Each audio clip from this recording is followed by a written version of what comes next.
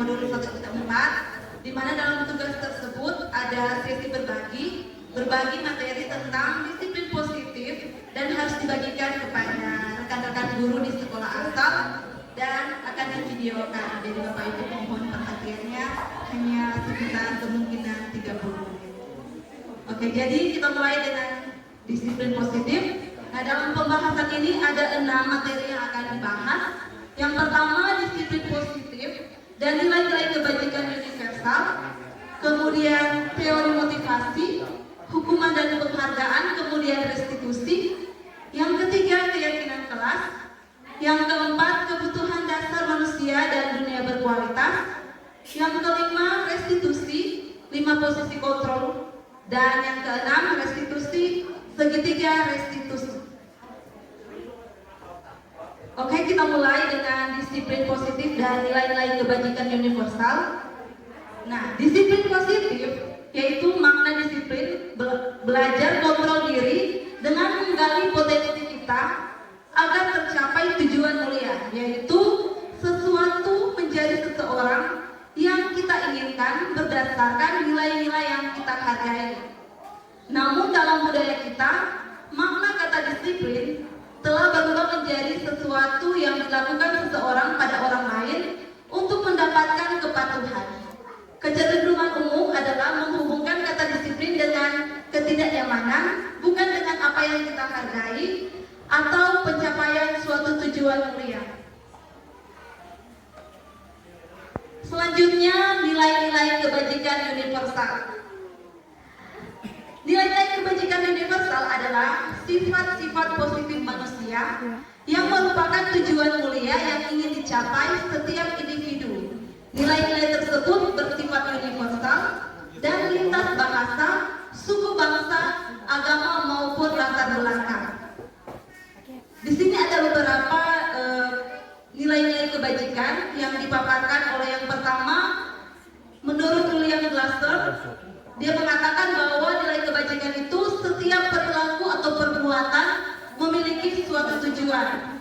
Selanjutnya, menurut Ian Gosset, bahwa dengan mengaitkan nilai-nilai kebajikan yang diyakini seseorang, maka motivasi intrinsiknya akan terbangun sehingga menggerakkan motivasi dari dalam untuk dapat mencapai tujuan mulia yang diinginkan. Dan yang berikut, nilai-nilai kebajikan yang kita kenal dalam profil pelajar Pancasila ada 6. Yang pertama, beriman, bertakwa kepada Tuhan Yang Maha Esa dan berakhlak mulia. Yang kedua, mandiri. Dan yang ketiga, bernalar kritis. Yang keempat, berkebinekaan global.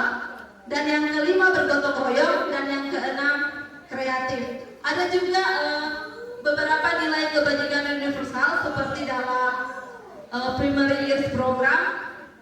Di situ ada nilai-nilai kebajikan seperti toleransi, rasa hormat, integritas, mandiri, menghargai, antusias, empati, keingintahuan, kreativitas, kerjasama, percaya diri, dan komitmen. Ada juga nilai-nilai kebajikan yang terdapat dalam 9 pilar karakter Indonesia, yaitu cinta Tuhan dan segenap ciptaannya, kemandirian dan tanggung jawab, kejujuran, diplomatis, hormat dan santun, dermawan, suka menolong, gotong royong, percaya diri, kreatif dan bekerja keras, kepemimpinan dan keadilan, baik dan rendah hati, kemudian toleransi, kedamaian dan kesatuan. Selanjutnya, teori motivasi, hukuman dan penghargaan, kemudian restitusi. Nah, di sini ada 3 teori perilaku manusia. Yang pertama, teori untuk menghindari ketidaknyamanan atau hukuman. Yang kedua, teori untuk mendapatkan imbalan dari orang lain atau institusi. Yang ketiga, untuk menghargai diri sendiri. Jadi berdasarkan ketiga teori perilaku manusia ini, ada beberapa hal, misalnya teori motivasi kita masuk ke dalam kelas. Misalnya apakah motivasi kita untuk masuk dalam kelas itu misalnya karena takut mendapat hukuman atau takut mendapat teguran, atau misalnya teori kita masuk kelas karena kita ingin mendapat sebuah imbalan. Nah, itu merupakan teori atau motivasi eksternal. Sementara kalau misalnya motivasi kita masuk ke dalam kelas karena rasa kita mempunyai tanggung jawab, kita masuk dalam kelas, itu yang disebut dengan teori internal, atau dengan kata lain itulah yang disebut dengan tujuan disiplin positif, yaitu motivasi yang muncul dari dalam diri manusia.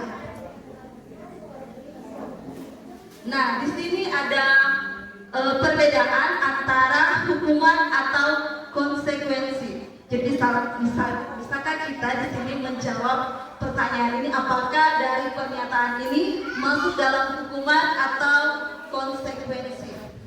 Misalnya yang pertama, mencatat 100 kali dalam buku kalimat "saya tidak akan terlambat lagi" karena terlambat datang ke sekolah. Kira-kira ini hukuman atau konsekuensi? Oke, hukuman. Kita simpan dulu jawabannya ya. Kemudian, lari mengelilingi lapangan basket 2 kali karena terlambat hadir ke sekolah. Oke.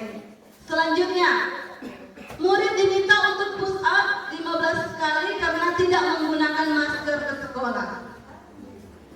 Oke, selanjutnya menggantikan kertas tugas teman yang telah dicoret-coret.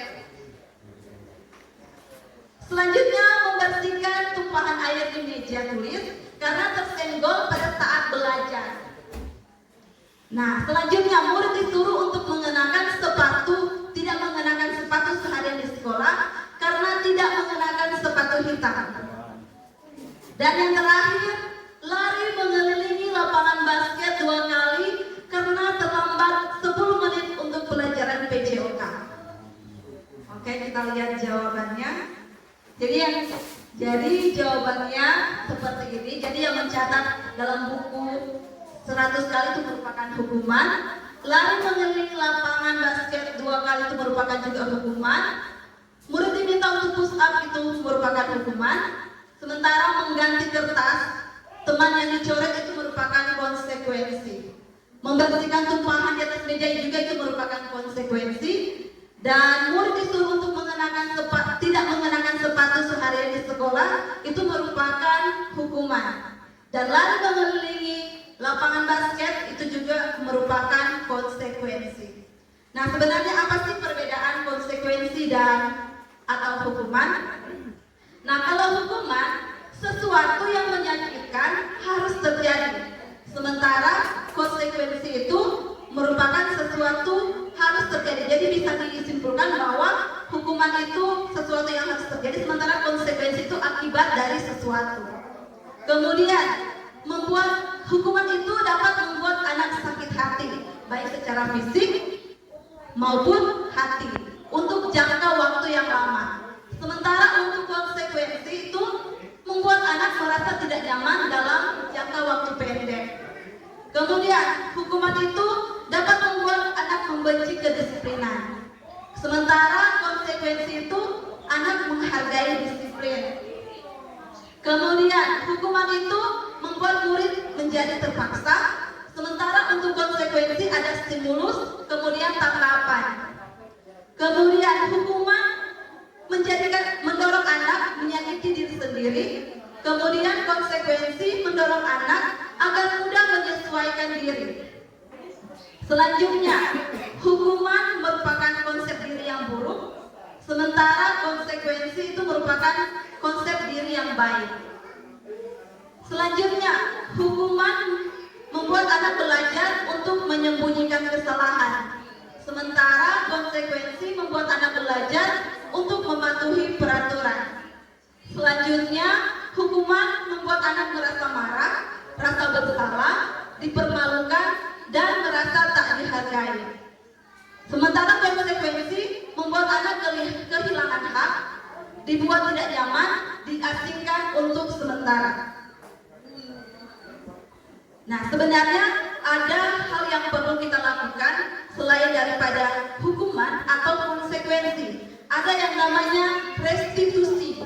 Restitusi itu adalah proses menciptakan kondisi bagi murid untuk memperbaiki kesalahan mereka, sehingga mereka tidak bisa kembali sehingga mereka bisa kembali pada kelompok mereka dengan karakter yang lebih kuat. Restitusi juga merupakan proses kolaboratif yang mengajarkan murid untuk mencari solusi untuk masalah mereka dan membantu murid berpikir tentang orang seperti apa yang mereka inginkan atau tujuan mulia dan bagaimana mereka harus memperlakukan orang lain. Nah, perbedaan restitusi dengan hukuman atau konsekuensi. Yang pertama, bukan untuk menebus kesalahan, namun belajar dari kesalahan. Kemudian dalam restitusi juga ada memperbaiki hubungan. Jadi dalam restitusi, guru dan murid itu tidak ada sakit hati antara murid dan guru, tetapi akan memperbaiki hubungan.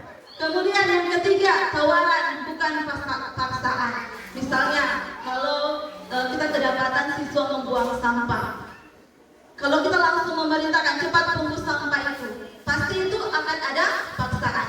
Tapi kalau kita panggil siswa kemudian kita tanya, apakah yang kamu lakukan itu benar atau salah? Kalau dia berkata benar, berarti ada yang salah pada siswa itu. Tapi kalau dia berkata salah, berarti kita melanjutkan pertanyaan, bisakah kamu memperbaikinya? Atau apa yang akan kamu lakukan? Pasti dia akan mengatakan saya akan memungut sampah itu. Nah, itu kan dari hatinya sendiri untuk mengerjakan, tidak ada paksaan. Dan yang keempat, restitusi menuntut anak untuk melihat ke dalam diri. Dan yang kelima, restitusi mencari kebutuhan dasar yang mendasari tindakan. Dan yang keenam, restitusi adalah cara yang paling baik. Dan yang ketujuh, restitusi fokus pada karakter bukan tindakan. Dan yang kedelapan, restitusi fokus pada solusi. Dan yang kesembilan, restitusi mengembalikan murid yang berbuat salah pada kelompoknya. Selanjutnya, keyakinan kelas. Nah, ini merupakan gambar dari keyakinan kelas. Jadi keyakinan kelas itu merupakan kalimat-kalimat positif yang kita buat di dalam kelas. Dan keyakinan kelas ini juga merupakan turunan dari aturan kelas. Misalnya, kalau di dalam kelas ada aturan jangan membuang sampah sembarangan, kita buat aturan itu menjadi kalimat positif. Misalnya, buanglah sampah pada tempatnya. Nah, kalau kita membiasakan keyakinan kelas itu terjadi, maka akan tercipta lingkungan yang positif. Dan ketika lingkungan positif itu kita biasakan, akan tercipta budaya positif. Selanjutnya, kebutuhan dasar manusia dan dunia berkualitas. Jadi ada 5 dasar kebutuhan manusia. Yang pertama, bertahan hidup, kasih sayang dan rasa diterima, penguasaan, kebebasan dan kesenangan. Kalau bertahan hidup itu berkaitan dengan makanan, pakaian, tempat tinggal, keamanan dan kesehatan. Sementara untuk kasih sayang itu berkaitan dengan rasa diterima, dipedulikan, berbagi, kerjasama, menjadi bagian kelompok. Dan dalam penguasaan berarti berkaitan dengan harga diri, keinginan untuk dianggap, memimpin, berprestasi, diakui, dan didengar. Sementara dalam kebebasan itu berkaitan dengan mandiri, memiliki pilihan, mencoba hal baru, mampu mengendalikan dalam dirinya. Dan yang keenam, berkaitan dengan kesenangan, yaitu bermain, humor, antusiasme, dan tertawa. Nah, inilah yang menjadi alasan mengapa misalnya murid berbuat kesalahan, karena mungkin dia ingin memenuhi salah satu dari kebutuhan dasar dari manusia ini. Dan yang keenam, dan yang selanjutnya, 5 posisi kontrol guru. Dalam 5 posisi kontrol guru ada 5. Yang pertama, penghukum, kemudian pembuat merasa bersalah, kemudian teman, pemantau, dan manajer. Nah, dalam penghukum, apa saja yang guru perbuat? Di sini guru berbuat menghardik, menunjuk-nunjuk, menyakiti, atau menyindir. Dan yang dikatakan guru, kalau kamu tidak melakukannya, awas ya, atau rasakan. Dan hasilnya, Yang dihasilkan yaitu anak memberontak, menyalahkan orang lain, atau berbohong. Kaitan dengan dunia berkualitas, murid meletakkan guru di luar dunia berkualitas. Dan murid akan berkata, biasa saja, nanti juga marah-marah lagi. Dan dampak pada murid mengulangi kesalahan yang sama. Nah itu kan yang sering kali, misalnya saya sebagai seorang guru ketika dalam kelas, kalau saya sebagai seorang guru yang penghukum, biasanya yang saya hukum itu adalah murid itu saja, karena dia mengulangi kesalahan yang sama. Dan yang kedua, pembuat merasa bersalah. Yang dilakukan guru berceramah dan mengatakan seharusnya ibu kecewa. Guru berkata, kamu sudah tahu ibu lelah sekali, mengatakannya ibu stres.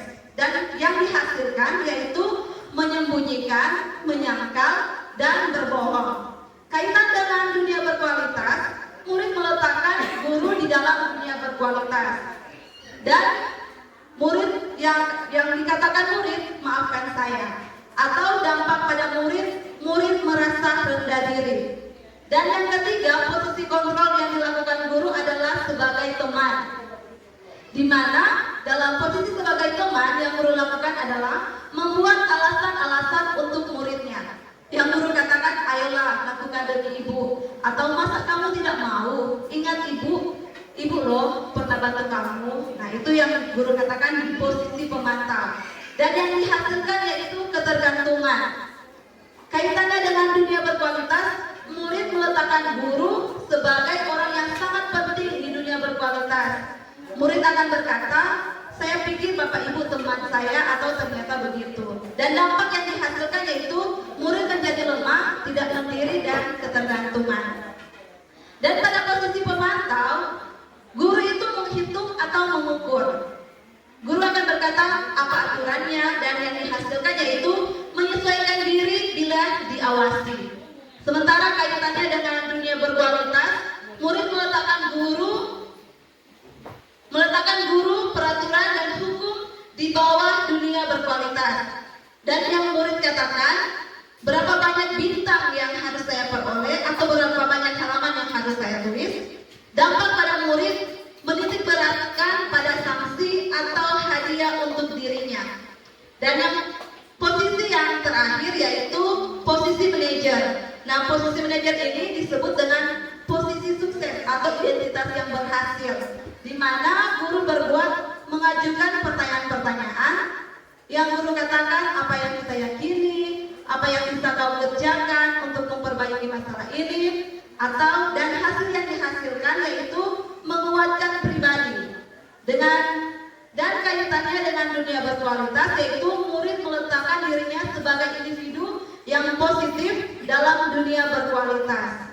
Murid akan berkata, bagaimana caranya saya bisa memperbaiki keadaan, dan dampak yang terjadi pada murid yaitu mengevaluasi diri, bagaimana cara memperbaiki diri. Dan untuk memahami kelima posisi kontrol guru ini, saya ada video yang akan saya bagikan.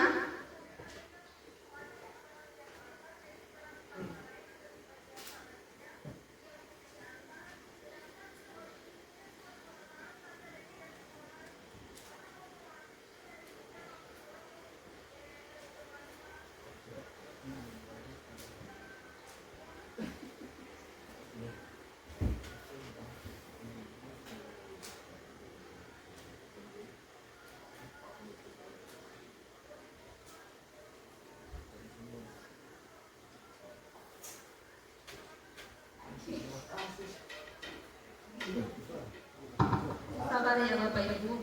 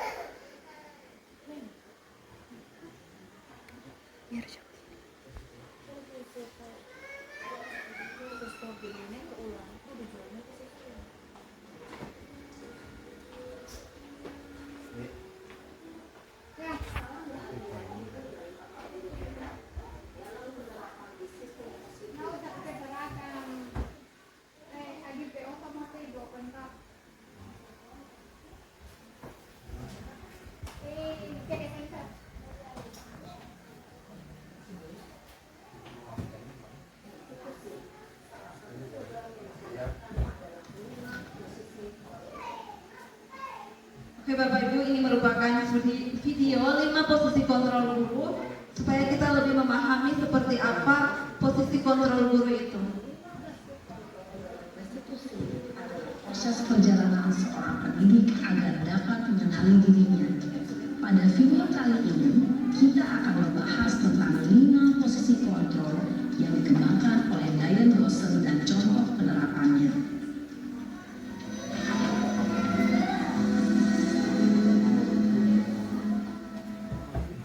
Lima posisi kontrol itu adalah 1. Posisi penghukum, 2. Posisi pembuat merasa bersalah, 3. Posisi teman, 4. Posisi pemantau atau monitor, dan 5. Posisi manajer. Untuk lebih memahami kelima posisi tersebut, mari kita saksikan kasus Naren yang terlambat hadir 20 menit di sekolah dan melihat bagaimana kelima posisi kontrol dalam menghadapi masalah tersebut.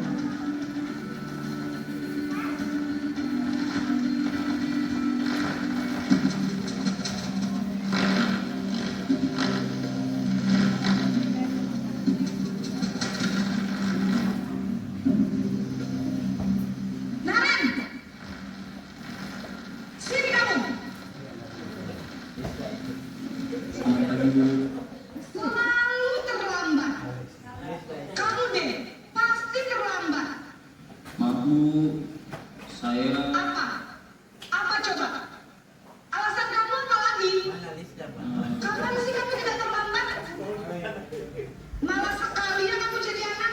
saya Dasar pemalas. Gak kapok-kapok sih kamu. Sudah berapa kali terlambat? Sana, kamu keliling lapangan basket 2 kali.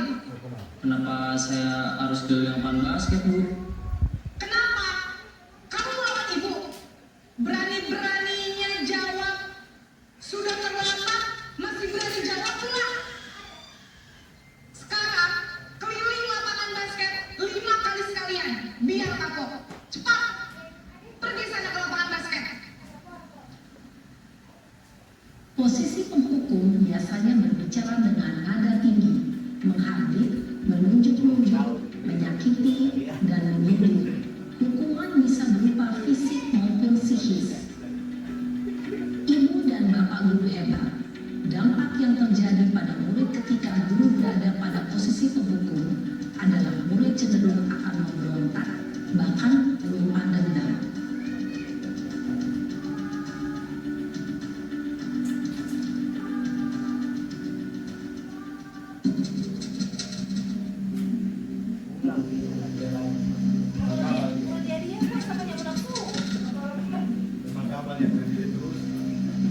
Naren,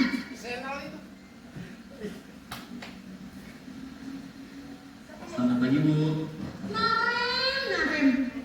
Kamu kenapa terlambat lagi, nak? Ya Tuhan, Naren. Kamu senang ya bikin ibu susah ya? Kalau kamu terlambat lagi, nanti ibu yang ditegur bapak kepala sekolah, nak. Disangka ibu tidak bisa membina kamu. Duh, gimana ini? Maaf Bu, Duh, Gusti Naren. Kamu suka ya kalau ibu ditegur bapak kepala sekolah? Terus, sekarang ini kamu tulis apa ini di buku absen? Ini kamu sudah sering terlambat loh. Ibu harus apa coba? maaf Bu, maaf sekali. Ya sudah, lain kali jangan bikin ibu susah lagi ya nak ya. Ibu tidak akan kuat lagi kalau kamu begini terus. Bisa jantungan kalau ibu ditegur bapak kepala sekolah.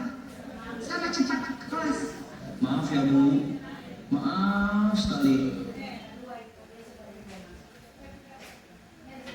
Posisi pembuat rasa bersalah berbicara dengan nada tenang, cenderung lembut. Namun kata-kata yang diutarakan membuat murid merasa menjadi orang yang gagal, memandang buruk dirinya sendiri, merasa tidak berharga, dan tidak sanggup membahagiakan orang lain.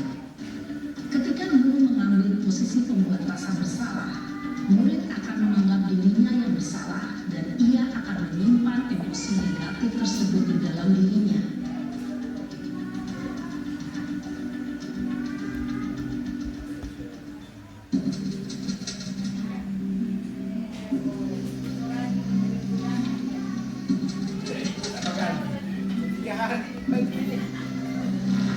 Naren,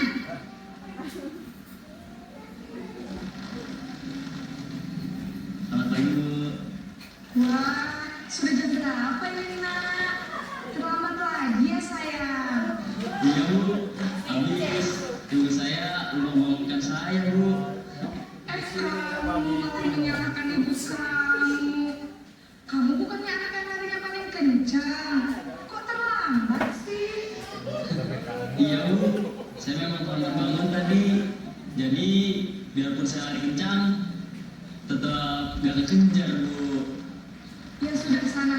Nanti lain kali larinya lebih kencang lagi ya. Biar gak terlambat lagi.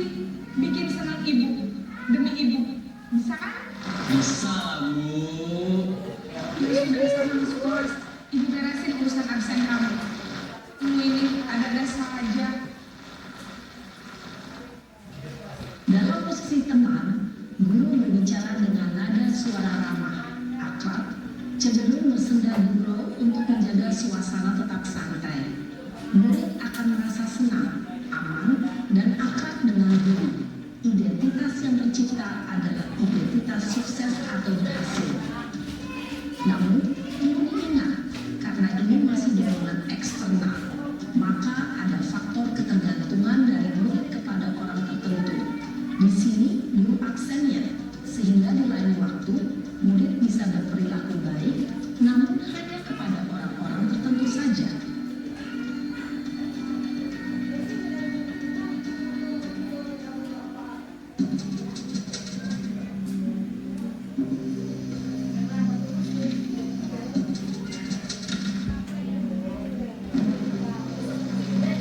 Naren!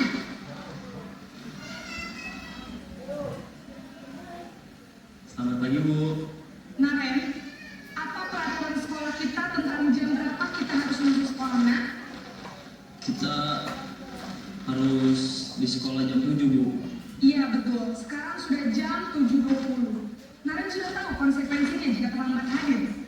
Paham Bu, saya harus tinggal kelas pas jam istirahat selama 20 menit. Iya benar, konsekuensinya demikian.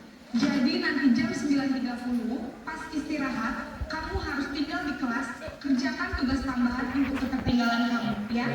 Baik Bu. Posisi pemantau mengandalkan penghitungan atau data untuk mengontrol murid. Guru mengarahkan murid berdasarkan peraturan dan konsekuensi. Seorang pemantau menunjukkan bahasa tubuh dan ekspresi wajah yang datar dan cenderung formal.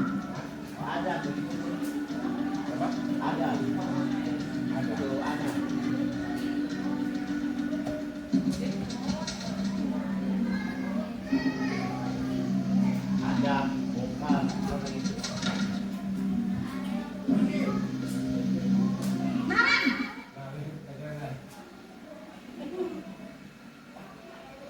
Selamat pagi Bu. Selamat pagi, nak. Maaf Bu, saya terlambat. Iya, sekolah masuknya jam 7, sekarang sudah jam 7.20. Jadi sekarang bagaimana nih, Naren? Maaf Bu, saya lupa setel alarm saya semalam. Baiklah, menurut kamu, keyakinan sekolah yang mana yang perlu kamu tingkatkan? Menghargai diri sendiri dan orang lain mungkin ya Bu. Setuju. Jadi, apakah Naren meyakini prinsip saling menghormati tersebut? Iya Bu, saya meyakininya. Apakah Naren bersedia memperbaiki masalah keterlambatan ini? Bersedia Bu. Bagaimana kamu memperbaiki masalah keterlambatan ini? Akan coba untuk tinggal lupa menyetel alarm saya Bu. Baik, kalau ada penyetel alarm di rumah, ada orang yang kira-kira bisa bantu mengingatkan tidak? Ada Bu, kakak saya, Kak Emma. Ada lagi selain Kak Emma? Selain Kak Emma, ada ibu saya. Baik, jadi yang mengingatkan Naren adalah Kak Emma dan ibu kamu ya? Kira-kira akan mulai start alarm kapan nih Naren? Setelah pulang sekolah, akan segera saya lakukan. Baik, jadi Naren akan setel alarm untuk bangun besok pagi dan akan diingatkan oleh kakak dan ibunda Naren ya. Ada lagi yang mungkin perlu dilakukan Naren? Agar tidak terlambat bangun lagi. Tidak ada, Bu. Baik Naren, terima kasih untuk kerjasama kamu. Sekarang kamu perlu kembali ke kelas untuk belajar. Baik, Bu. Terima kasih. Posisi manajer adalah posisi kontrol yang disarankan untuk membimbing murid memiliki sikap disiplin yang positif, yaitu murid yang mandiri, bertanggung jawab, dan dapat memecahkan masalah. Tujuan dari posisi ini adalah agar murid dapat berefleksi atas tindakannya. Guru akan dengan tulus memberikan pertanyaan-pertanyaan bermakna, sehingga membuat murid dapat belajar dari kesalahannya dan mencari sebuah solusi untuk menyelesaikannya. Ibu dan Bapak guru hebat, setelah mengamati adegan kelima posisi kontrol tadi, kira-kira posisi mana yang paling ideal? Posisi mana yang dapat menunjang motivasi intrinsik murid? Ya, tentu posisi manajer. Posisi ini memang posisi ideal yang ingin dituju setiap pendidik. Pada posisi inilah, guru dapat menerapkan disiplin positif yang berpihak pada murid, yang memerdekakan murid. Perjalanan seorang pendidik tentunya tidak mudah untuk sampai pada posisi seorang manajer. Namun, tujuan kita pasti, yaitu menciptakan murid-murid yang mandiri, merdeka, dan bertanggung jawab. Semoga penggambaran 5 posisi kontrol yang telah diperlihatkan ini dapat menjadi ajang refleksi bagi kita semua, agar dapat terus mengasah dan menerapkan disiplin positif yang memerdekakan murid. Mari terus berlatih dan bersemangat. Selamat menerapkan. Salam dan bahagia, Ibu dan Bapak Guru hebat.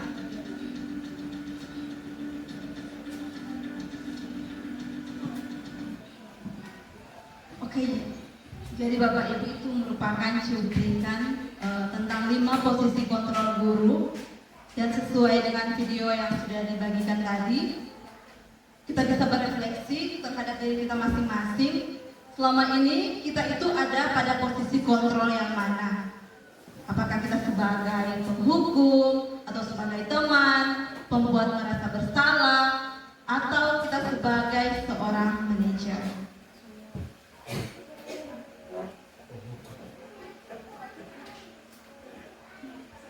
Dan yang selanjutnya, yang terakhir, materi yang terakhir tentang segitiga restitusi. Maaf Bapak Ibu ini.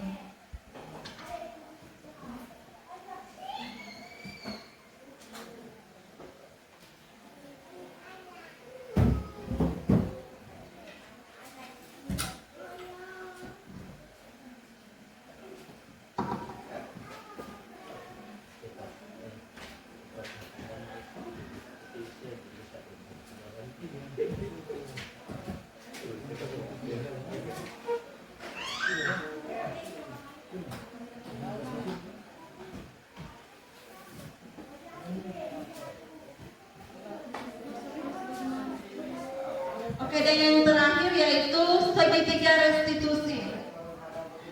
Jadi segitiga restitusi itu merupakan suatu proses dialog yang dijalankan oleh guru agar dapat menghasilkan murid yang mandiri dan bertanggung jawab. Jadi dalam segitiga restitusi ini ada 3. Yang pertama, menstabilkan identitas, kemudian validasi kebutuhan, dan yang ketiga, menanyakan keyakinan. Dalam segitiga restitusi ada beberapa pertanyaan yang akan kita sampaikan. Dan untuk lebih memahaminya, saya telah membuat satu tugas yang saya upload dalam tugas saya demonstrasi kontekstual.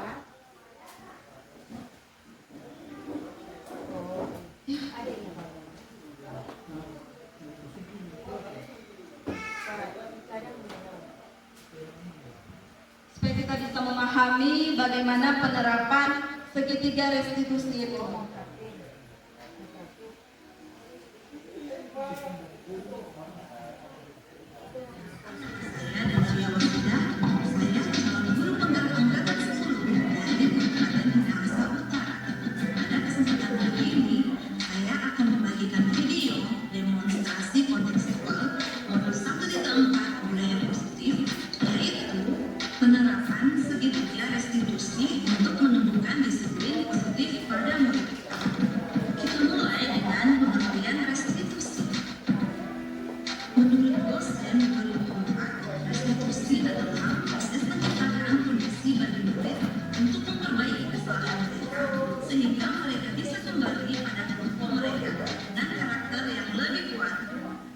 3 sisi segitiga restitusi.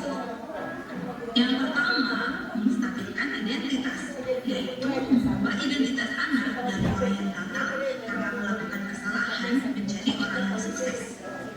Yang kedua, validasi tindakan, yaitu guru hendaknya memahami tindakan yang dilakukan adalah untuk memenuhi kebutuhan dasar sehingga mendasari tindakan murid berbuat kesalahan. Dan yang ketiga, menanyakan keyakinan, yaitu ketika identitas sukses telah tercapai dan tinggal lampu yang telah divalidasi, maka anak akan siap dihubungkan dengan nilai-nilai yang dipercaya dan bertindak menjadi orang yang kaya identitas. Berikut contoh-contoh kasus yang terjadi di sekolah. Kasus yang pertama yaitu Pasha, murid kelas 10-5 kedapatan membuang sampah. Dan berikut contoh skenario penyelesaian masalah tersebut. Pasha, betul tadi mendapat laporan dari teman-temanmu. Sebenarnya apa yang terjadi? Menurutmu membuang sampah sembarangan itu sebuah masalah tidak? Baiklah, ini guru tidak ingin mencari siapa yang salah, tetapi guru ingin mencari solusi dari permasalahan ini. Guru tahu kamu pasti sedang melakukannya, tapi kamu juga merugikan diri sendiri dan sekarang kamu dalam masalah. Nah, sekarang mari kita ingat kembali keyakinan kelas dari sekolah kita yang mau kita untuk kamu tunjukkan.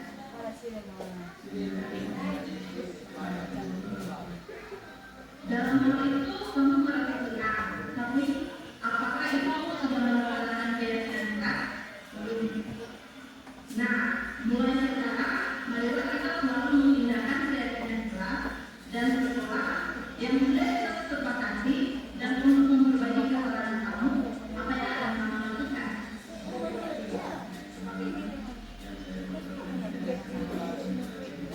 Bagus kalau begitu, maka kamu lakukan.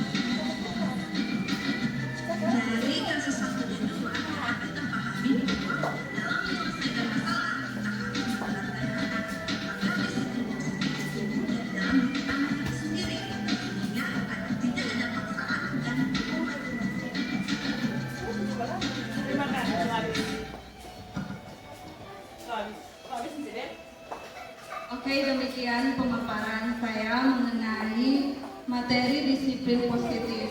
Sekiranya dari penyampaian tadi ada hal-hal yang tidak mengenakan di hati Bapak Ibu, mohon dimaafkan. Terima kasih dan selamat siang, Tuhan Yesus memberkati. Dikembalikan kepada Pak Kepala Sekolah.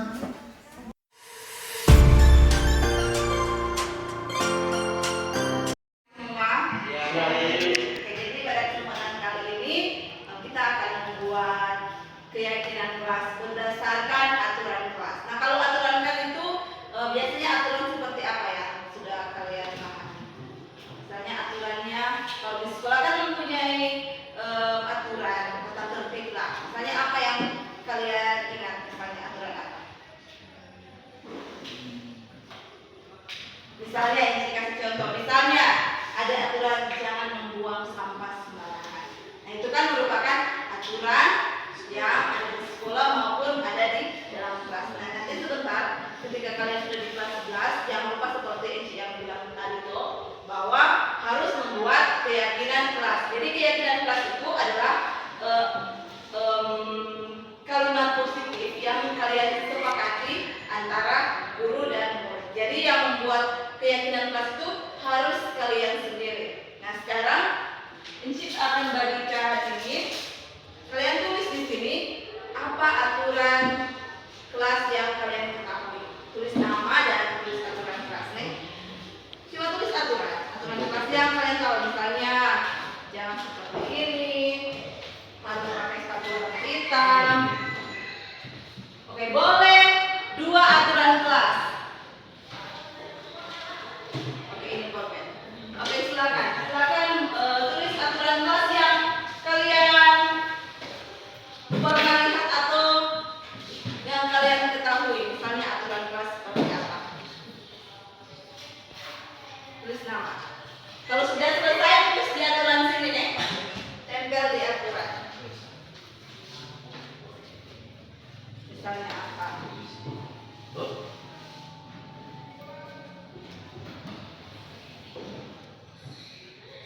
Misalnya dilarang membawa handphone atau apa?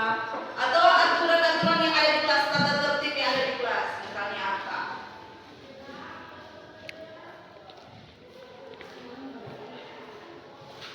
Nah, aturan-aturan ini berdasarkan nilai kebajikan. Tahu kok nilai-nilai kebajikan yang ada dalam profil belajar Pancasila? Ada yang beriman dan bertakwa kepada Tuhan yang Maha Esa dan bermulia, bertanggung jawab, bernalar kritis, berkebinekaan global.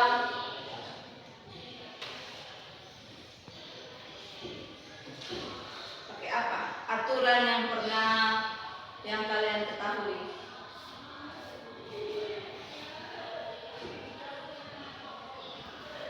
Oke, sudah? Kalau sudah silakan tempel.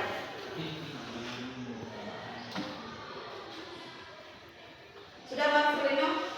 Oke, silakan ditempel.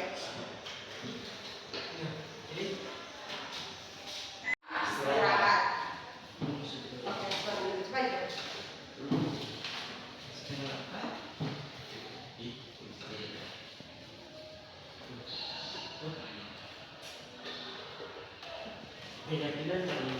Iya, keyakinan di sini.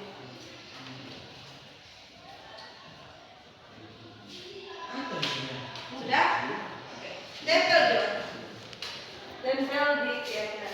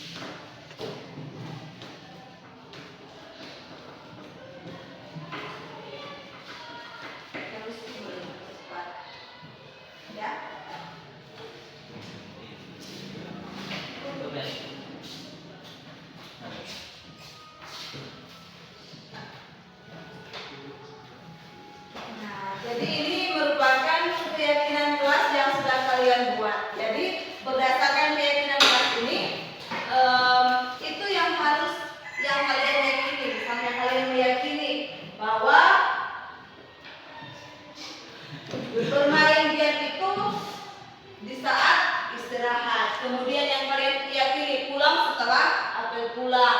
Kemudian simpanlah handphone di rumah saat pergi ke sekolah. Kemudian datanglah